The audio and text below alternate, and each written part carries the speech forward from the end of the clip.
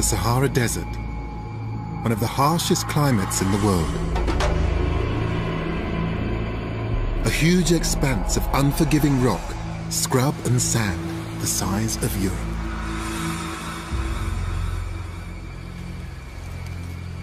To me, it looks like a place of nothingness. But it was from here that a group of desert nomads came to transform the northwest corner of Africa into a vast empire that stretched from the Sahara to Spain.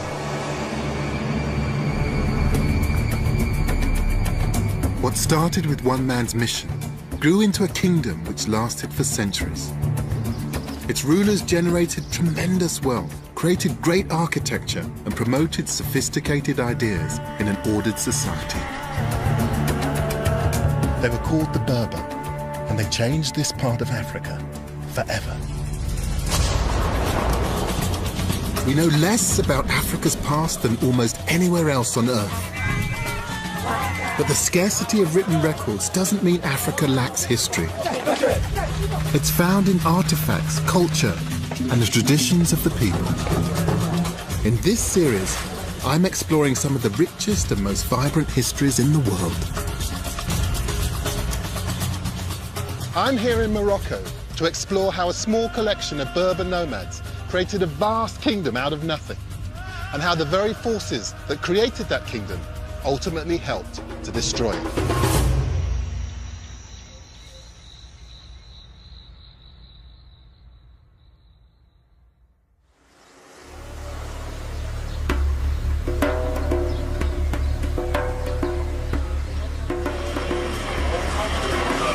'21st century Morocco, a modern Islamic state whose Arab king claims descent from the Prophet Muhammad.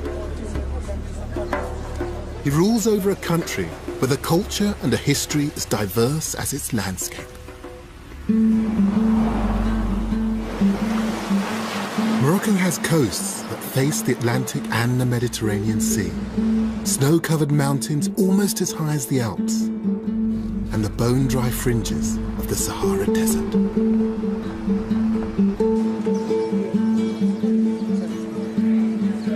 En Arabic. The dominant languages spoken here now are from Arabia and Europe. But nearly half the population still speak Berber, the language of the indigenous Africans. 1,000 years ago, this was their land, but there was no sense of a nation-state. Instead, on either side of the Atlas Mountains lived small, independent Berber clans of farmers, traders, and nomads.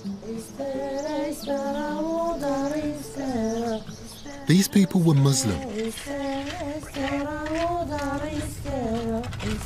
but they maintained their traditional Berber customs, and they didn't always follow Islam to the letter of the law.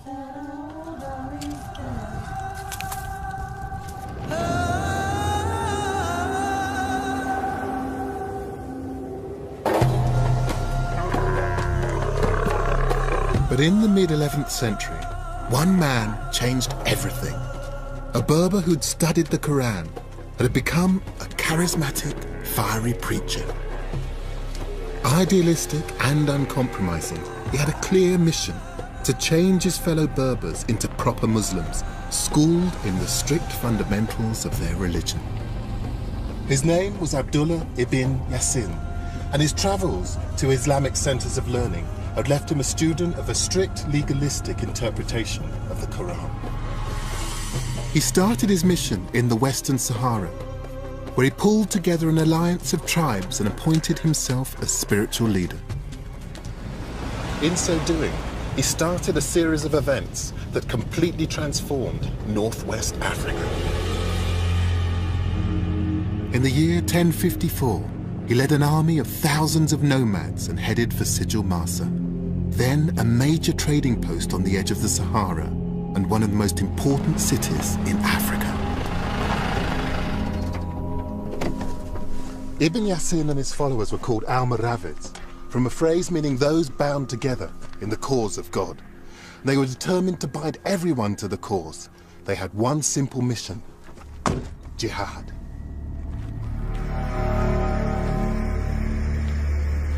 The term jihad today carries connotations for many people of anti-Western extremism. But Ibn Yassin's holy war, his struggle to uphold a true understanding of Islam, was aimed at his fellow Muslim Berbers.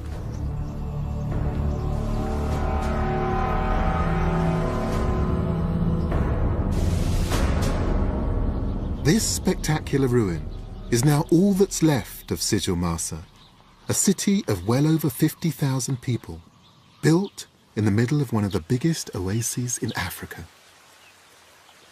Now a quiet and tranquil backwater, the date palms and irrigated fields hide clues to a much bigger and more significant past. And it's on a shingle bank, at the heart of the oasis, where the ruins of the mud-built city lie. The taking of Sijil Masa would be the first major building block of an Almoravid kingdom. So what attracted Ibn Yassin here? The wealth of the city. This city was very prosperous. In fact, it was the commercial hub of Morocco, a huge city in a huge oasis. Dr. Eric Ross has been involved in some of the recent archaeological studies here that have confirmed why this was such an important prize for Ibn Yassin. I call it the Casablanca of 1,000 years ago. Yes. Because Morocco wasn't looking to Europe or the Atlantic, it was looking across the Sahara. The Sahara was wide open to trade. So there were goods coming from all over the region and they were being traded and exchanged here? Yes. And what sorts of things are being traded here? Cloth, manuscripts and books, horses also. The most important was the gold, trading mostly south across the Sahara. Places like Mali and Senegal today were producing especially golds. So gold was the main part of the wealth of the city. We know gold coins were minted here, they were stamped here, and they were exported. And mostly they were exported eastward to Egypt, Iraq, Central Asia, and they ended up in places like India. Wow. So they're trading tendrils, they'd stretch all the way from West Africa as far as South Asia. Yes, absolutely. It's a trading powerhouse. Yes, it is. And the envy of empires across the continent. They all tried to take it, and the Almoravids succeeded in doing that. Once they had Sijil Masa under their control, the Almoravids set about securing the source of the city's gold trade.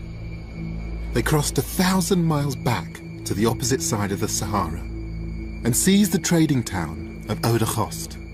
By controlling the supply of gold across the desert, they had a virtual monopoly on this, the most lucrative of trades. With a considerably strengthened army of weapons and camels taken from Sijil Masa, the Almoravids now had what they needed to carry their jihad beyond the Sahara. But they couldn't have done any of this without another important resource, the key to life itself.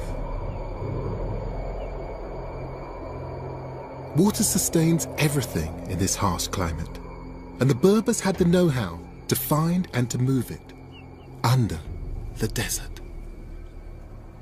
These are Qattara. They're part of an ancient Berber irrigation system. And you see these mounds stretching out across this landscape. What you see on the surface belies a very complex network of tunnels that sit underneath the ground, funneling the water across this landscape. Because water was such a rare resource. These access shafts are all that you see of the gently sloping tunnel system that taps into the underground water table. These systems could take water for miles in this very arid, dry, hot landscape, and to take it where it was needed. And it just says how the Berber understood this landscape, how they worked with it, how they used the small resources that they had to their advantage. With a powerful army, money, and the rallying call of Islam, Ibn Yassin now had the potential to create a Berber nation. the Almoravids' jihad had an unstoppable momentum, but now they wanted to take their brand of Islam to every Berber. And that meant crossing the Atlas Mountains.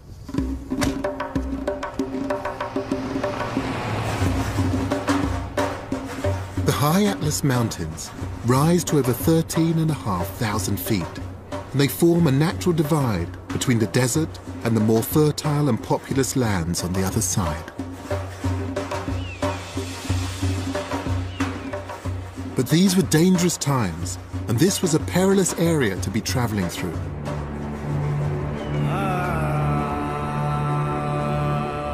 1,000 years ago, these valleys would have carried one of the main trade routes through the mountains, and that made it attractive to thieves. Ibn Yassin and his men were in bandit country. This is called the Road of 1,000 Kasbahs. And Kasbahs are these fortified houses that were once owned and used by Berber merchants. These buildings would have often been used to house things like gold and silks that came across the desert. And they had to be fortified because this was a dangerous territory. These are beautiful buildings, but their fortifications give a sense of what it was like in those days.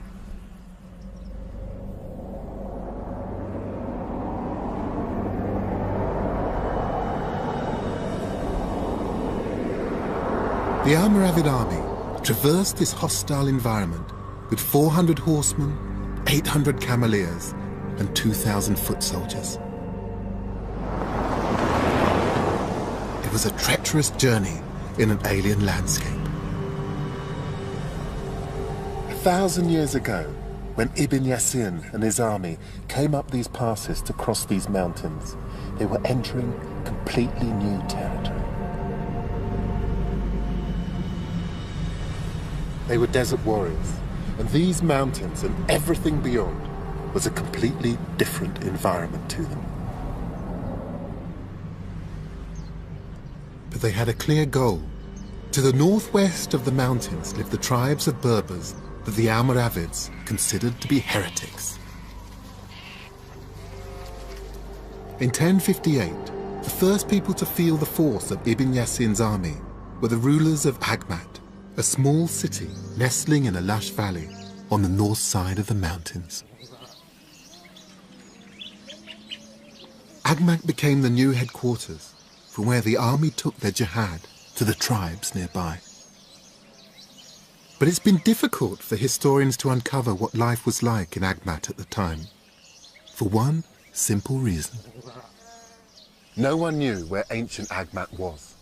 It was thought to be a lost city, but actually it was right here, beneath our feet. The dig has revealed only a small portion of the city so far, but this hammam, or bathhouse, is one of the most substantial and important finds. These remains illustrate the scale of the settlement here and show just how expertly they understood how to use water as a foundation of civic society. L'eau est une richesse très importante dans la région. Abdullah Fili has been slowly unearthing the remains of the buildings here since the dig first started. Au-delà de l'utilisation de l'eau dans les bâtiments publics comme le hammam, la mosquée, le palais, etc., nous avons également l'utilisation d'eau dans l'irrigation, on répartit l'eau selon deux composantes. La première composante, c'est les bâtiments publics et les bâtiments privés, les maisons, etc. Et puis après, les trois autres jours, c'est pour l'irrigation des champs. Remarkably, this entire building, which dates from the time of the Almoravids, more than 1,000 years ago, was excavated almost intact. Et effectivement, on trouve que c'est l'un des plus anciens hammams au Maroc. Après celui, il représente donc l'un des plus grands hammams de l'Occident musulman. Et ça permet effectivement d'avoir un chef-d'œuvre architectural extrêmement important. C'est énorme comme hammam. Il fait pour le moment 500 mètres carrés, ce qui est exceptionnel pour un hammam parce que ça demande justement une ingéniosité au niveau des techniques de chauffage, au niveau des techniques de l'alimentation en eau.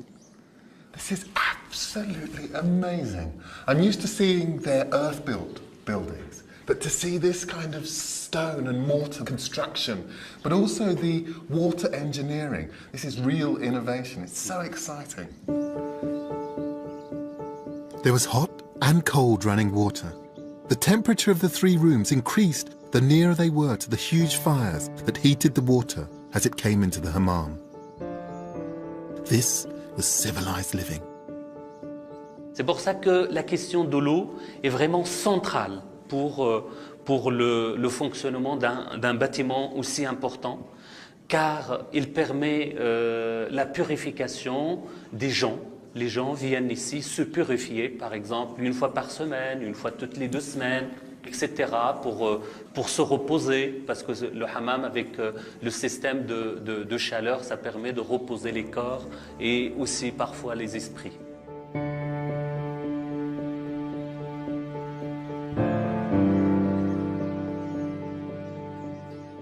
These were people who came from the desert, for whom water was a precious resource. This is more than a bathhouse. This is a temple to water, and what a place.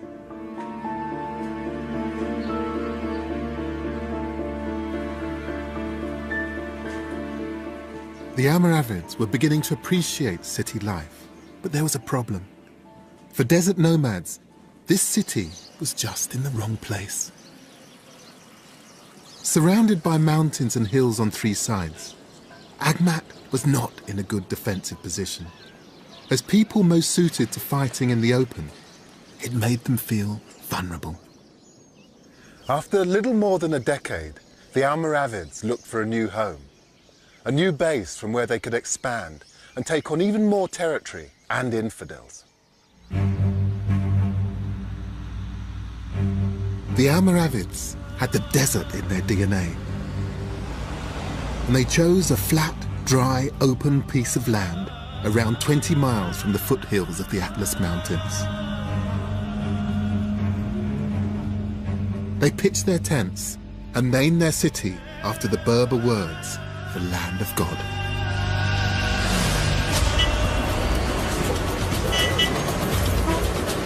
It was called Marrakesh. The founding of Marrakesh in 1070 represents a point when a loose band of marauding jihadists become an imperial force to be reckoned with.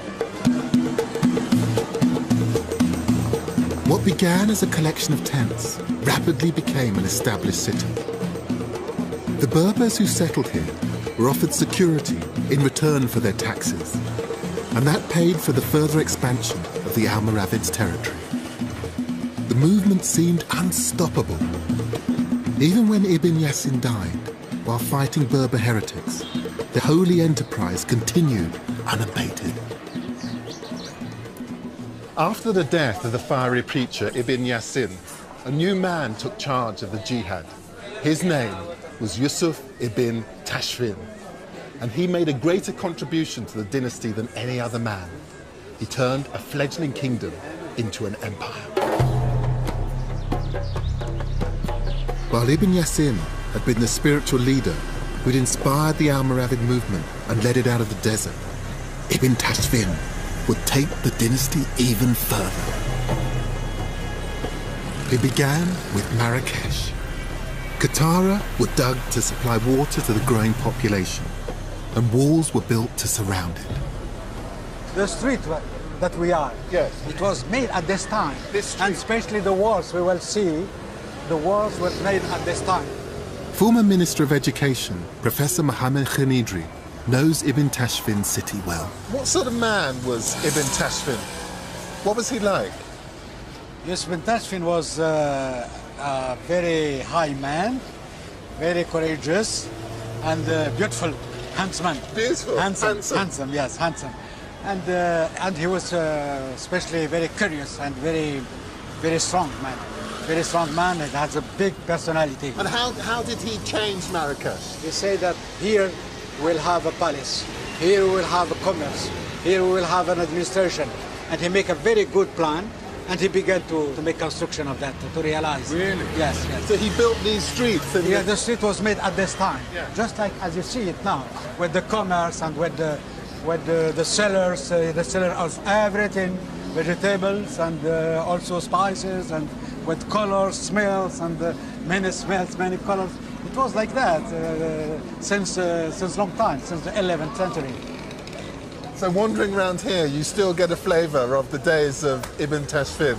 Yes, of course, yeah. The walls that Ibn Tashfin commissioned have been rebuilt many times. But one of his original gates, the Bab du Kala, still stands. It's huge, but it's remarkably simple. Yes. The architecture of Almoravid is very simple. The Almoravid came from the Sahara, and they were Muslims. And they have the philosophy of Islam, which is that you have harmony, you have beauty, but simplicity. I love that, the idea of harmony, of beauty, of simplicity, all of those things together in this gate. And every time you pass through here, you're going to remember that. And for those people that felt part of this community, they were tied together by that simple, beautiful philosophy. And I think it's a philosophy of life. But it's something which begins here. That's right. The Almoravids had created a worthy capital. Now they set about establishing an empire. Their army took the jihad north, taking city after city, expanding their influence east as far as Algiers, well beyond what we now call Morocco. Back in Marrakesh, the Almoravids reflected on their extraordinary achievements. It had taken 26 years from their first incursion out of the desert with the taking of Sidi Massa to the point where they controlled the whole of northwest Africa. Their next move extended the Almoravids' jihad beyond anyone's expectations, north into Europe.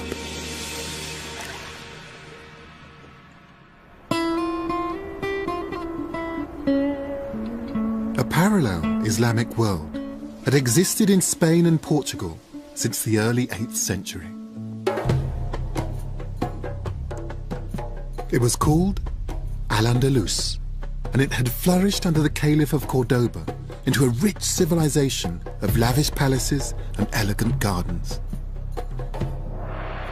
Now in the 11th century, it had broken up into weaker city-states. These were being attacked by Christian armies from the north of Spain, and the Muslim rulers appealed to the Almoravids for help.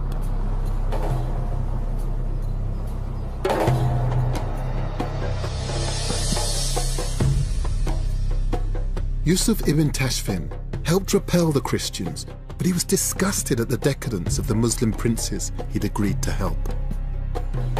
Ibn Tashfin had enough of these party princes and their moaning. He also disliked their lack of dedication to Islam. But he decided he had an obligation to save the souls of their Muslim subjects. And in 1090, he returned in force and deposed their rulers one by one.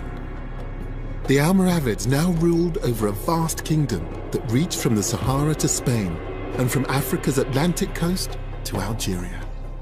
Never before had all this Muslim territory been united under one management. One kingdom, united politically and spiritually. And it was the so-called barbarians of the desert that had done it. The beating heart of the kingdom was Marrakesh.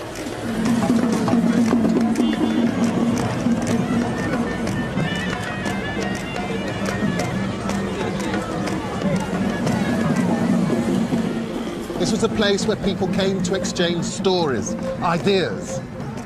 Stories that had been traded across the desert from as far away as West Africa. Stories that had come from southern Europe, from the Middle East. They all ended up here in the central square in Marrakesh. By the beginning of the 12th century, the square here had become the news hub of the empire. But in 1106, the news running around this square was of terrible importance. Yusuf ibn Tashfin had died. Ibn Tashfin was more than 80 years old when he died. He had seen his Berber kingdom grow from the founding days of Marrakesh to the farthest reaches of his empire.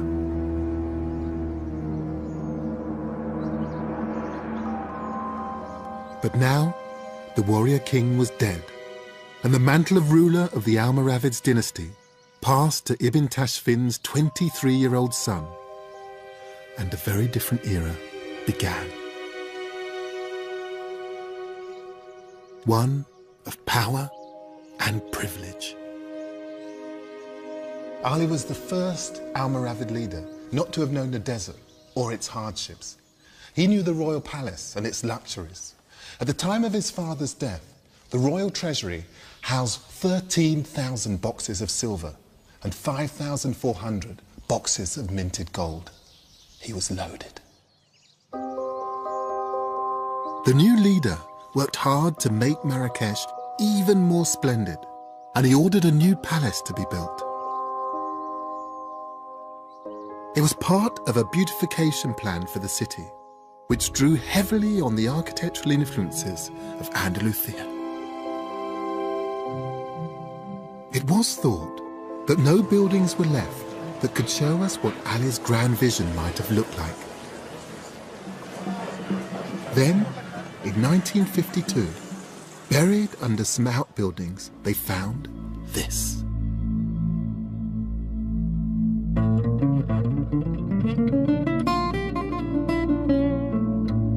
The Kubat Bariuddin. It's not only a rare example of Almoravid architecture, but it gives us some sense of what this city looked like at the high point of the dynasty. This is the Kuba. This is the masterpiece of the architecture of the Almoravid period. It is a masterpiece. Yes. Professor Mohammed Al-Faiz has written extensively on the buildings of Marrakesh. And I think that the architects came in from Andalusian Spain. They make this jewelry, this very, very beautiful. It's unique in the architecture of Morocco. Look at this simplicity of lines. Yes. And harmony of proportions. It is absolutely gorgeous. Yes, so this was a place where people before prayer would come and they would wash. Yeah. They would wash their bodies. They wash their bodies and they prepare when they go to the mosque. It's a sumptuous building. It tells us just what Marrakesh may have looked like. It must have been a place with fantastic architecture and also very, very wealthy people who were obviously living the high life. It's a very rich civilization because Marrakesh was a capital of empire. Like actually when we have New York or other cities, very important. This delicately carved interior is such a contrast to the bold, simple shape we see outside. It was also highly fashionable.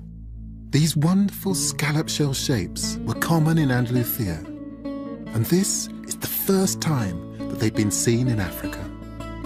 Ali wanted nothing but the best. What was Ali bin Yusuf like?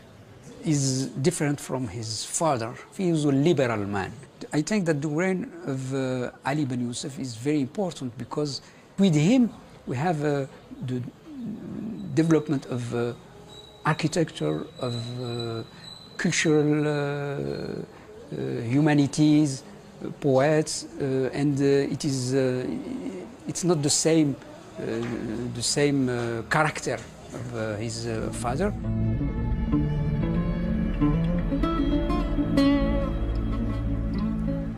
This is a massive architectural statement in the palace grounds, which shows just how far the Almoravids had come since their days as desert warriors bent on holy war.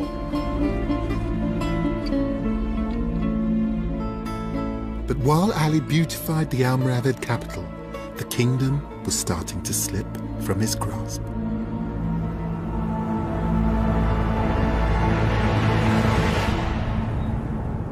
under Ali, the link to the desert tradition was broken, and to some, the Almoravids seemed to be going soft.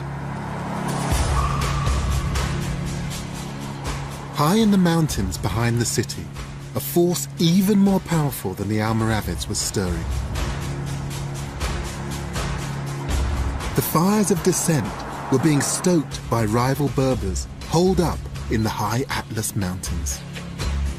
This precarious mountain track leads to what was, in effect, their mountain hideout.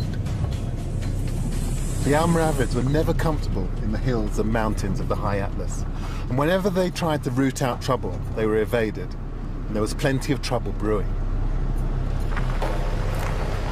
Here, a new group of Islamic revolutionaries laid the groundwork for their domination of this whole region. They were called the Almohads, meaning the people who believed in the unity of God. The leader of the revolution was Muhammad ibn Tumurt. He wasn't a desert warrior like the Almoravids. He was a mountain Berber. Ibn Tumurt had spent decades studying Islam. He claimed to have been divinely chosen to restore the true faith as he understood it. This is Tin Mel, the village where Ibn Tumurt started his revolution. From here, he preached against the arrogance and corruption of the Almoravids. Professor Mohammed Rabataddin has studied the power struggle that developed between the Almoravids and their fiercest critic. La société marocaine, à cette époque-là, était une société purement musulmane. Ibn Tumurt, le rôle d'Ibn Tumurt n'est pas faire l'islamisation ou faire une deuxième fois de l'islamisation de la société. Non. Ce qui a fait, c'est une politisation de la religion pour faire ou pour donner une légitimité à son projet politique.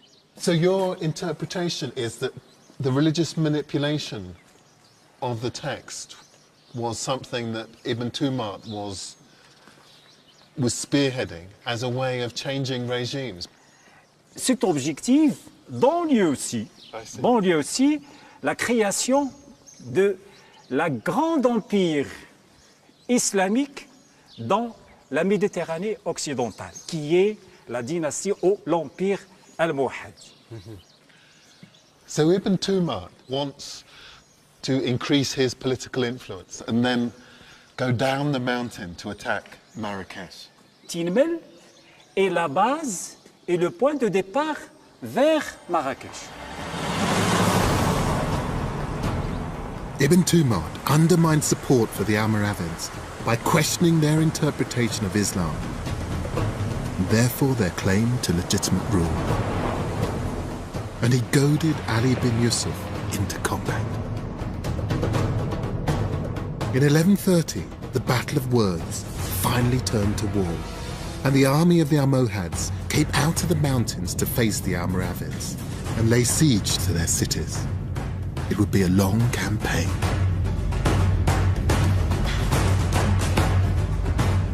In Marrakech, the city walls were reinforced and rebuilt by the Almoravids in direct response to the Almohad threat. A culture based on nomadic traditions and tents turned in its most desperate moment to huge walls like this to protect themselves.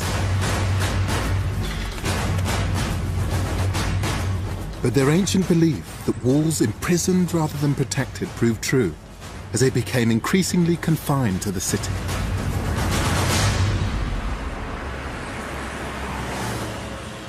It took almost 20 years of skirmishing battles for the Almohads to finally enter the city of Marrakech. And in 1147, the dynasty of the Almoravids was finally over.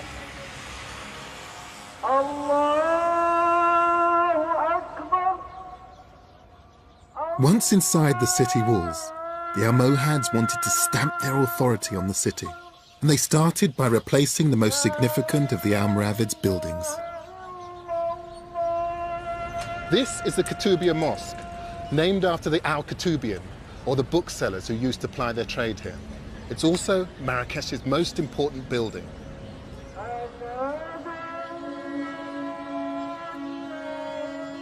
Legend has it that the predecessor to this mosque was torn down by the Almohads because it wasn't correctly aligned with Mecca. In fact, all the mosques in the city were pulled down and replaced on religious grounds. This sent a big, bold message to the people of Marrakesh. They were making it clear that their way and their interpretation of Islam was the correct one. And anyone arriving in the city got a similar message. This is the Bab Agnew, or the Gate of Guinea. It was built by one of Ibn Tumar's successors, Sultan Yaqub el-Mansur, in 1185. It's a beautiful gate, this one, so ornate. This is an Almohad gate, and it's so different. Earlier I just did a quick sketch of the Almoravid gate. And the Almoravid gate is just one of those perfect, very, very simple gates. But this one, so different from the Almoravids, and that modesty. It's so much more sumptuous. Layers upon layers of decoration that have been built up with this beautiful green stone. This is an empire, a kingdom, and is very, very pleased to announce it to everyone who enters the city. Almost everything the Almohads built seemed more substantial, more impressive than that built by their predecessors. And that included the Berber kingdom. Just like the rulers before them, the Almohad used Marrakesh as an imperial base for an expansion even more ambitious than their predecessors. The Almohads took over almost all the territory previously run by the Almoravids, and they also seized the neighbouring lands of Ifriqiya, which stretched into what is now Libya. In Spain, they took Andalusia and made Seville their second capital after Marrakesh. Under the Almohads, the kingdom was to become an even stronger force in the Mediterranean than the Almoravids had been. Bonjour, monsieur. And their wealth and ideas went hand in hand. Here in the Bank of Maghreb is evidence to show how both dynasties used their currency to spread the word of Islam. This is a gold dinar. Yeah, it's from Sijil Masa, Almoravid dynasty. I see. That's beautiful. With an Arabic inscription right in the center. What does it say on there? ومن يبتغي غير الإسلام دينا فلن يقبل منه وهو في الآخرة من الخاسرين. It shall not be acceptable that anyone takes a faith other than Islam. That's in the center of the coin. So they're actually helping to evangelize. Those coins will circulated of a lot of Mediterranean Sea. We have it in Spain, in Portugal, in London, in Germany, and Holland, and China. Really? Yeah. This was the dollar of its day. Yeah. It's about trade, but it's also taking wherever it goes, religion. Yeah. Because a lot of Christian kingdom used these coins at this time. It's a beautiful thing, absolutely beautiful. The Almoravids' dinar was widely valued. The Almohads wanted to build on its success, but they also wanted to do things differently. They introduced innovations, including a new coin with a square design that proclaimed the ambition of their jihad. So this one is the first round dirham minted by Almohad. It's round, but with a square in the middle. But after this one, so here, well, okay. Now that's square. Yeah. It's square.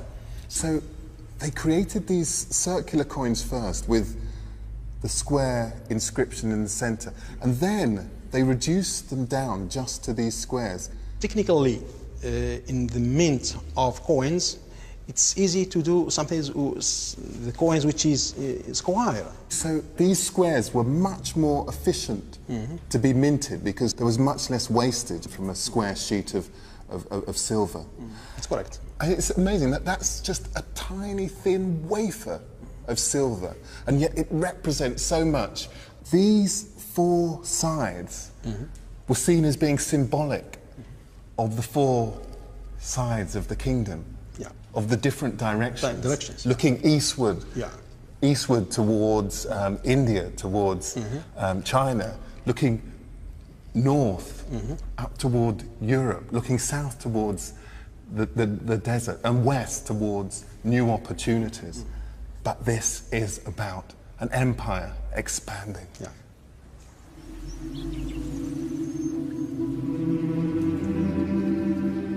Under the Almohads, the Berber kingdom had become extraordinarily powerful and wealthy. They undertook increasingly ambitious projects to reflect the magnificence of their empire.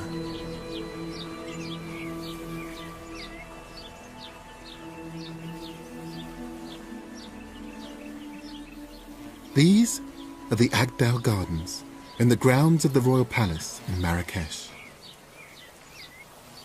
Almost 1,000 acres of orange, lemon, fig, apricot and pomegranate trees, linked by olive-lined walkways, all irrigated by water brought from the mountains over 20 miles away. And I think they're beautiful.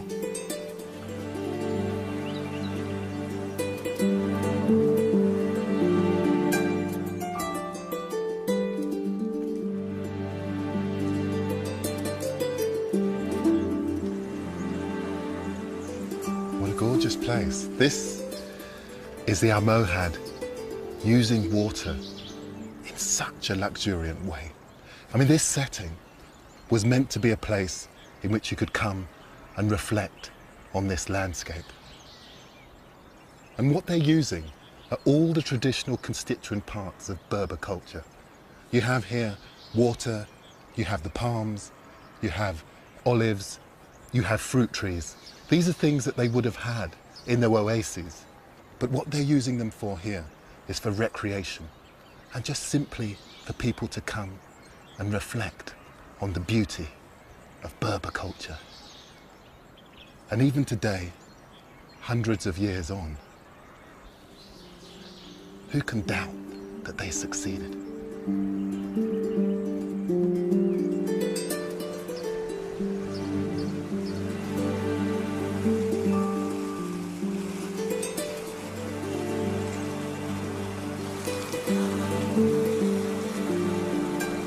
At the end of the 14th century, the Muslim philosopher Ibn Khaldun wrote about the Berber state being just like a garden. Within this garden, the government turned like a wheel. He said that there was no justice without the monarch, no monarch without the army, no army without taxes, no taxes without wealth, and no wealth without justice. Ibn Khaldun's vision of a garden in perfect balance highlighted just how interdependent these elements of government were. Justice was defined by the monarch, who was supported by the army. They were paid for by taxes that were generated by the wealth of its citizens. While all of those things were in place and intimately connected, the wheel could continue to turn.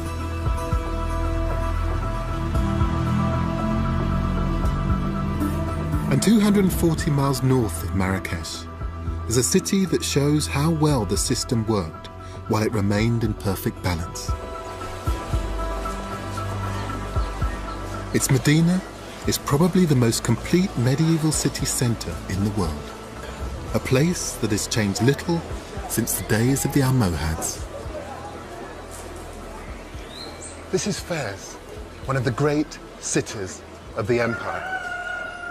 Then as now, a great centre of trade. From here, the Almohad traded in things like sugarcane and cotton, like gold and copper and pottery. But some of the most significant things they dealt in were ideas. In spite of their religious views, the Almohad were not intellectually repressive. The ancient University of Fez attracted thinkers and scholars from right across the Mediterranean. Deep in the centre of the old Medina is a theological college. It welcomed hundreds of scholars through its doors during the years of the Almohad reign. Librarian Abu Bakr showed me some of the most priceless books in the collection. And this volume is actually illuminated, and that some of the words are picked out in gold, and this plate here. Written by Ibn Tumar, he describes in detail his interpretation of the finer points of the Quran. Oh! Look at that. You'd come in here obviously to learn, but this is just so uplifting visually as well. It's just such a privilege to see. It's just the richness of it. ازدهارا علميا كبيرا وحركة علمية كبيرة تجلت في الخصوص في ظهور شخصيات مرموقة في مختلف العلوم، سواء في مجال الفكر أو التاريخ أو الطب والفلسفة وكذلك العلوم الشرعية وباقي العلوم الأخرى. One of the scholars who worked here, perhaps surprisingly, was Moses Maimonides, still regarded as the most important Jewish philosopher for the past 2,000 years. And this beautifully bookworm-ridden volume was written by another of the intellectual titans that were based here, the Andalusian philosopher Ibn Rashid, known in Europe as Averroes. Oh, look at that. Most famous for his commentary on the works of Aristotle, he was a significant link between the ideas of ancient Greece and medieval Europe. Page after page. On its extremely delicate, wafer-thin pages are his thoughts on Islamic law. وعنوانه بداية المجتهد ونهاية المقتصد، وكتاب في الفقه. فهذه الفترة عرفت يعني ازدهارا فيما يتعلق بمجال التأليف. It's fascinating because these are figures who talk about Islamic studies, but they're putting it into a much wider intellectual context. Here there are all of these great thinkers all working together, and they're pushing philosophy, pushing on astronomy, pushing on a number of great disciplines further than anywhere else in the area around the Mediterranean. ونحن عندنا في ديننا في الدين الإسلامي قولة تقول أو حكمة أن الحكمة هي ضالة المؤمن أينما وجدها، يعني هو يبحث عن الحكمة أينما كانت، فهو يستفيد ولا يتحرج أن ينفتح على كل العلوم سواء كانت علوم إسلامية أو غير إسلامية، فهو يستفيد منها ويعني يحاول أن يوظفها في علومه. These weren't just people who were interested in business, in conquering their neighbours. Just look at this. They knew beauty and they knew how to celebrate it. These are exquisite books. Absolutely exquisite.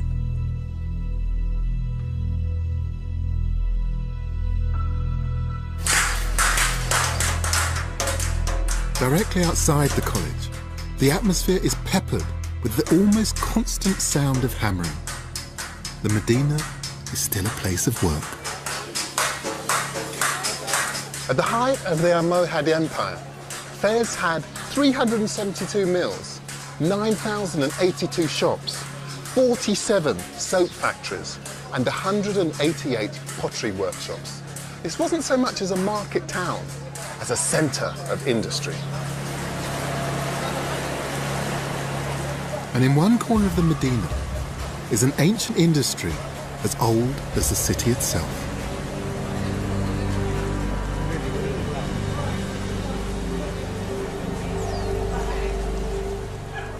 Hiding and protecting the priceless books and their precious contents was some of the finest leather in the world. And it's still made today, as it would have been during the Almohad's reign.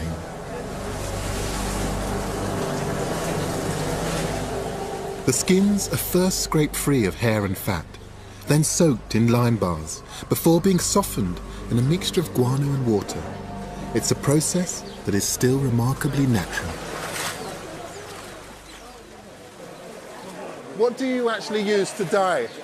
This is a herb that you're using to dye it. هذا كيكون حارش شويه مجهد. هذا طبيعي غير ديال الشجر. هذا غير ديال الشجر هذا كيطحن وكندير. This is all natural. So this bright pink is a natural substance. So this process literally has remained unchanged for hundreds of years. هذه بلديه ما عندهاش شي تحسن غير هذه الخدمه ديالها هي اللي تبقى. Way before Henry Ford famously created his factory for assembling cars, the Berbers of Fez already had a production line.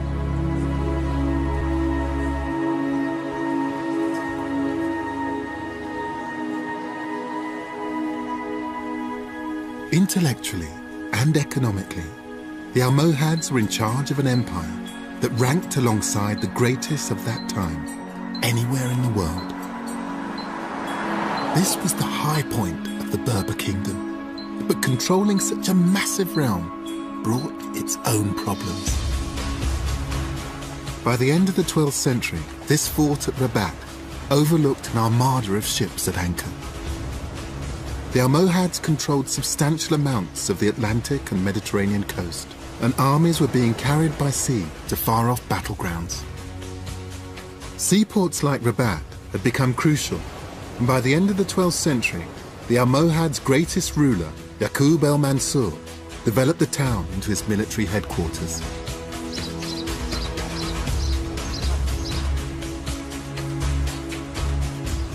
First came the fortification of the old town with ramparts and gates.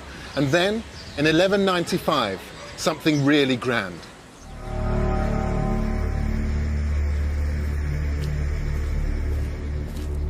It had 400 columns and pillars.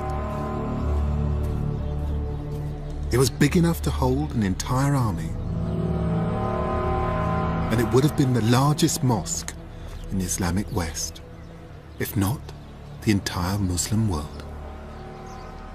As ambitious as the great Roman architecture of North Africa or the buildings of Mecca, it spoke to their heritage and to God, and it was as permanent a statement as could be made. But we'll never know if this would have been the grandest mosque in the world, as this isn't just a ruin, it's an unfulfilled dream. The reason why there's no top on the minaret or roof on the prayer hall here is that in 1199, only 4 years after work started, Yaqub el-Mansur died. The mosque remained in this unfinished state. His grand vision was never completed. El-Mansur was the last strong leader of the Almohads, and his death marked a critical turning point. It was the beginning of the end of the Almohad dynasty. Squabbles over his succession allowed rival Berber tribes to vie for power, and the weakness at the center had repercussions further afield. In Andalusia, a fundamentalist Christian crusade gained the upper hand against the equally fundamentalist jihad. The Almohads were humiliated by the Christians in a decisive battle in Spain, from which their army never really recovered. And the grip on Ifriqa was lost as Arab tribes rebelled against the Almohad rulers.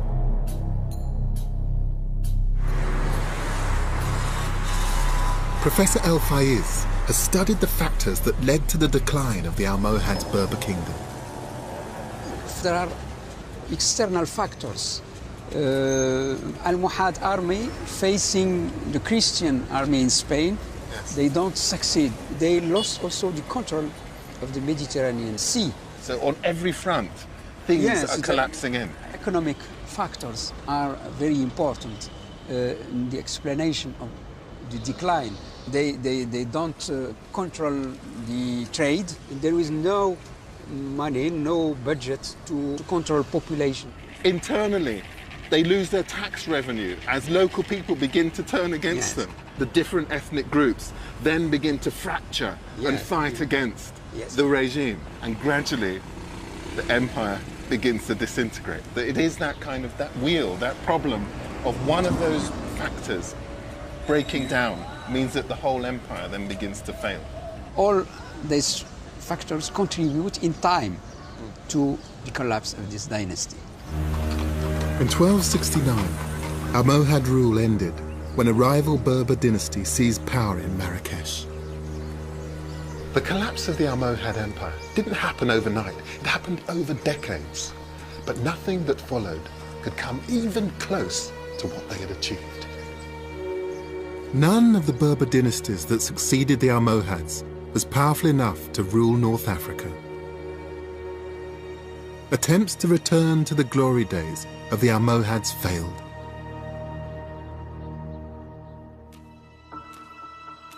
In the 16th century, the Kingdom of Morocco was revived.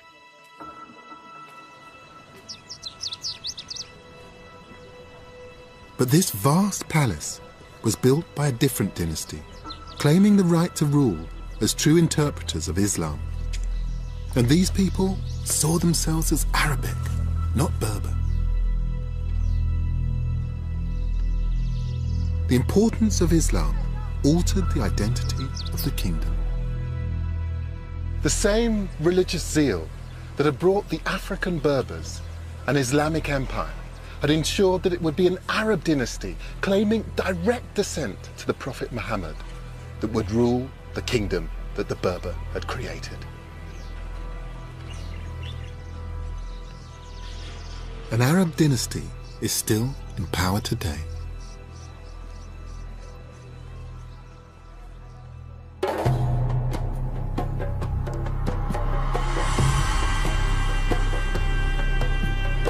After 5 centuries of Arab rule, many now think of Morocco as an Arab state with an Arab history. This is a kingdom with roots that are distinctly African. A group of indigenous nomads from the desert had achieved what no one else has ever done. They united a disparate group of Berber peoples under the banner of Islam and created an African empire that stretched into Europe. The Berber story deserves its place among the continent's great histories.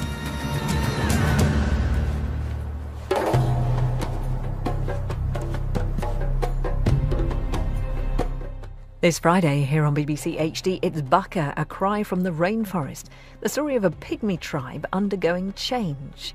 And you can see that Friday night at 9. Tonight, how to get the nectar flowing in your own back garden. Bees, butterflies and blooms, next.